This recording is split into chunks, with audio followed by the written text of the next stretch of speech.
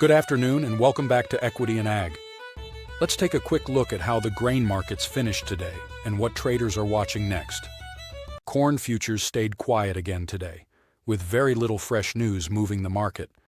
March corn finished slightly higher at $4.2775, while May corn slipped to around $4.38.5.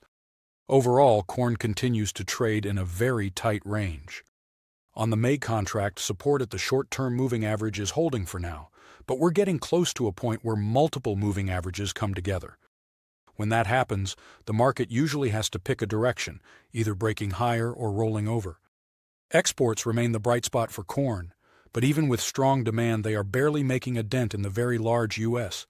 supplies left over from last year's record harvest. Outside of U.S. and Chinese stockpiles, the global corn balance sheet is actually fairly tight, which should keep international demand pointed toward the United States.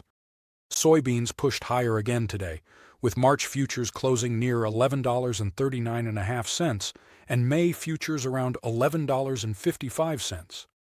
Once again, beans bounced off overnight lows, showing that buyers are still willing to step in on dips. The market continues to hold near the upper end of its recent range, with traders keeping an eye on resistance just above current levels. With Chinese markets reopening after the Lunar New Year holiday, attention now turns to whether export business picks up for U.S. soybeans late in the marketing year.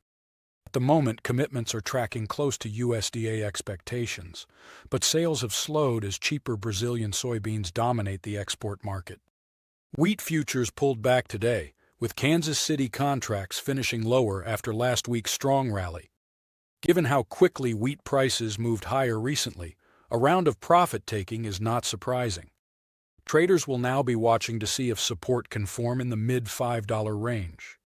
Disclaimer: this video is for informational and educational purposes only. It is not intended as financial or trading advice.